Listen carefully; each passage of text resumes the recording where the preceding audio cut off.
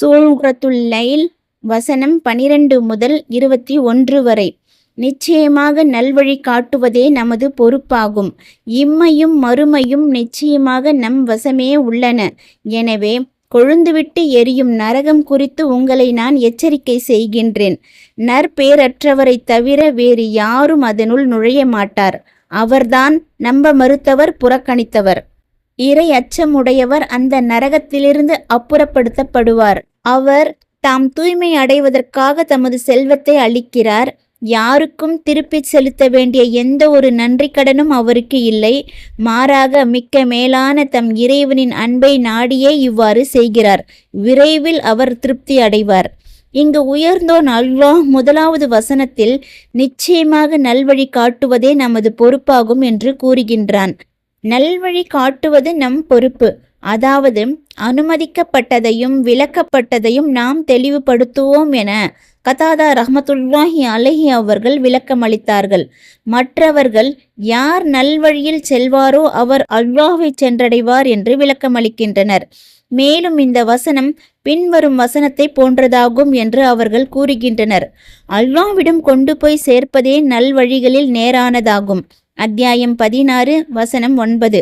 அடுத்த வசனத்தில் இம்மையும் மறுமையும் நிச்சயமாக நம் வசமே உள்ளன என்று அல்லாஹ் தெரிவிக்கின்றான். அதாவது அனைத்தும் நமது உடைமைகளாகும்.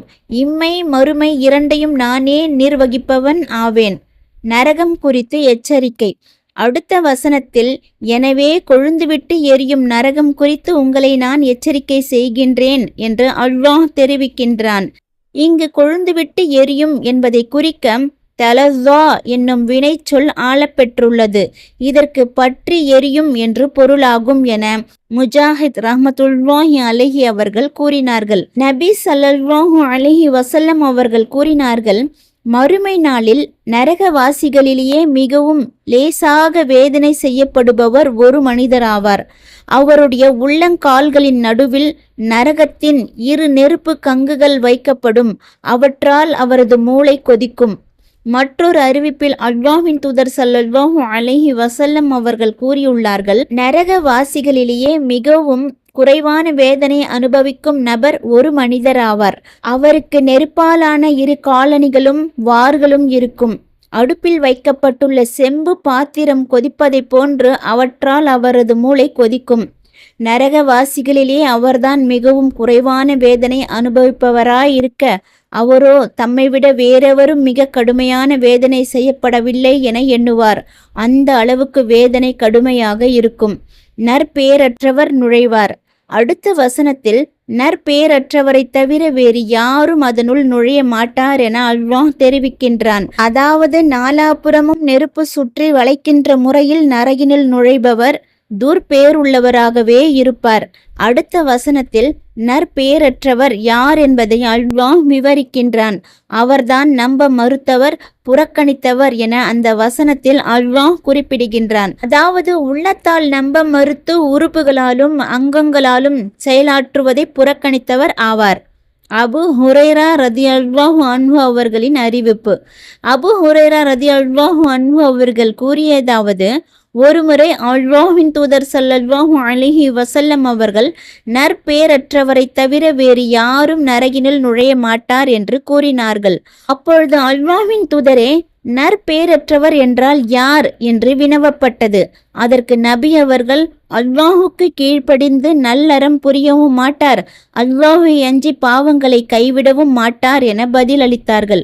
மற்றொரு அறிவிப்பில் அபு ஹுரைரா ரலியல்லாஹு அன்ஹு அவர்கள் கூறியிருப்பதாவது, அல்லாஹ்வின் தூதர் ஸல்லல்லாஹு அலைஹி வஸல்லம் அவர்கள் மறுமை நாளில் என் சமுதாயத்தார் அனைவரும் சொர்க்கம் செல்வார்கள், ஏற்க மறுத்தவரை தவிர என்று கூறினார்கள்.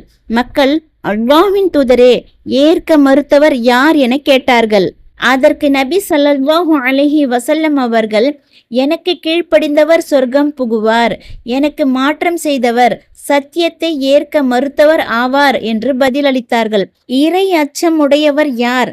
அடுத்த வசனத்தில் இறை அச்சமுடையவர் அதிலிருந்து அப்புறப்படுத்தப்படுவார் என்று அல்லாஹ் தெரிவிக்கின்றான். அதாவது பாவங்களை விட்டு விலகி இறை அச்சத்துடன் நடந்து கொள்ளும் தூய மனிதர் நரகத்திலிருந்து அப்புறப்படுத்தப்படுவார். அடுத்த வசனத்தில் அவர் யார் என்பதை அல்லாஹ் விவரிக்கின்றான். அவர்தான் தூய்மை அடைவதற்காக தமது செல்வத்தை அளிக்கிறார் என அந்த வசனத்தில் அல்லாஹ் குறிப்பிடுகின்றான். அதாவது தம்மை தூய்மைப்படுத்திக் கொள்வதற்காக இறை வழியில் செல்வத்தை செலவு செய்கிறவர் ஆவார், நன்றி கடனுக்காக அல்ல. அடுத்த வசனத்தில் யாருக்கும் திருப்பி செலுத்த வேண்டிய எந்த ஒரு நன்றி கடனும் அவருக்கு இல்லை என்று அல்லாஹ் தெரிவிக்கின்றான். அதாவது தமக்கு முன்பொரு முறை உதவி செய்தவருக்கு பிரதி உபகாரமாக இப்பொழுது அவர் தம் செல்வத்தை செலவிடவில்லை, மாறாக மிக்க மேலான தம் இறைவனின் அன்பை நாடியே கொடுக்கிறார் என அடுத்த வசனம் கூறுகின்றது. அதாவது மறுமை இல்லத்தில் சொர்க்க பூஞ்சோலைகளில் இறைவனின் தரிசனம் தமக்கு கிடைக்க வேண்டும் என்ற ஆவலிலேயே தமது செல்வத்தை வழங்கினார். அடுத்த வசனத்தில் விரைவில் அவர் திருப்தி அடைவார் என அல்லாஹ் தெரிவிக்கின்றான்.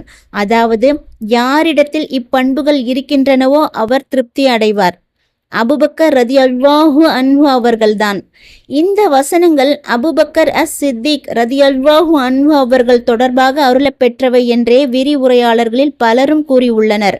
சிலர் இந்த விஷயத்தில் அறிஞர்களிடையே ஒருமித்த கருத்து உண்டு என்றும் கூறியுள்ளனர். இவ்வசனங்களின் கருத்தில் அபூபக்கர் ரதியல்லாஹு அன்ஹு அவர்களும் அடங்குவார்கள் என்பதிலும் பொது சமுதாயத்தில் அன்னார் முதன்மையானவர் என்பதிலும் ஐயமில்லை. ஏனெனில் இவ்வசனங்களின் வாசகம் பொதுவான வாசகமாகவே உள்ளது. காரணம், அபூபக்கர் ரதியல்லாஹு அன்ஹு அவர்கள் வாய்மையாளராகவும் இறை அச்சமுடையவராகவும் வாரி வழங்கும் வள்ளலாகவும் தம் எசமான் அல்லாஹுக்கு கீழ்ப்படிவதிலும் இறை தூதர் ஸல்லல்லாஹு அலைஹி வஸல்லம் அவர்களுக்கு உதவி செய்வதிலும் தம் செல்வங்களை செலவு செய்பவராக இருந்தார்கள்.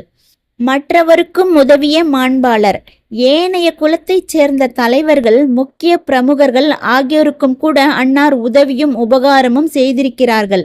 இதனாலேயே ஹுதைபியா உடன்படிக்கை நாளன்று அபூபக்கர் ரதியல்லாஹு அன்ஹு அவர்களிடம் சகீப் குலத்தின் தலைவர் உர்வா பின் மஸ்ஊத், நீங்கள் முன்பு எனக்கு உதவி செய்திருக்கின்றீர்கள், அதற்கான நன்றி கடனை நான் உங்களுக்கு இன்னும் தீர்க்கவில்லை, அந்த நன்றி கடன் மட்டும் இல்லாவிட்டால் நான் உங்களுக்கு தகுந்த பதில் கொடுத்திருப்பேன் என்று கூறினார்.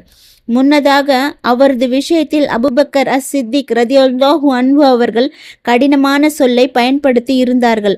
அப்பொழுதுதான் அவர் இவ்வாறு கூறினார். அரபு குலத்தாரின் தலைவர்கள், முக்கிய பிரமுகர்கள் ஆகியோருடனேயே அன்னாரின் அணுகுமுறை இவ்வாறு இருந்தது என்றால் மற்றவர்களை பற்றி சொல்லவும் வேண்டுமா?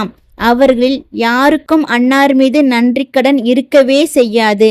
இதனாலேயே இங்கு யாருக்கும் திருப்பி செலுத்த வேண்டிய எந்த ஒரு நன்றி கடனும் அவருக்கு இல்லை.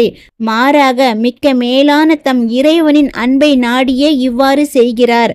விரைவில் அவர் திருப்தி அடைவார் என்று அல்லாஹ் குறிப்பிடுகின்றான். நீங்களும் ஒருவராக இருக்க வேண்டும். அபூ ஹுரைரா ரதியல்லாஹு அன்ஹு அவர்கள் கூறியதாவது, ஒரு நாள் அல்லாஹ்வின் தூதர் ஸல்லல்லாஹு அலைஹி வஸல்லம் அவர்கள், யார் அல்லாஹ்வின் பாதையில் ஒரு ஜோடி பொருட்களை செலவு செய்தாரோ அவரை சொர்க்கத்தின் காவலர்களான வானவர்கள், அல்லாஹ்வின் அடியாரே, இது சிறந்ததாகும், இதன் வழியாக நுழையுங்கள் என்று அழைப்பார்கள் என்று கூறினார்கள். அப்பொழுது அபூபக்கர் ரதியல்லாஹு அன்ஹு அவர்கள், அல்லாஹ்வின் தூதரே, இந்த வாசல்களில் இருந்து அழைக்கப்படும் ஒருவருக்கு வேறு வாசல் வழியாக செல்ல வேண்டிய அவசியம் இராது. ஏனெனில் எந்த வழியிலாவது அவர் சொர்க்கம் சென்று விடுவார். இருந்தாலும் அவை அனைத்திலிருந்தும் யாராவது அழைக்கப்படுவாரா என்று கேட்டார்கள். அதற்கு அல்லாஹ்வின் தூதர் ஸல்லல்லாஹு அலைஹி வஸல்லம் அவர்கள், ஆம், அவர்களில் நீங்களும் ஒருவராக இருக்க வேண்டும் என்று நான் எதிர்பார்க்கின்றேன் என்றார்கள். அல்-லைல் அத்தியாயத்தின் விரிவுரை இத்துடன் நிறைவுற்றது. எல்லா புகழும் உதவியும் அல்லாஹுக்கே உரியன.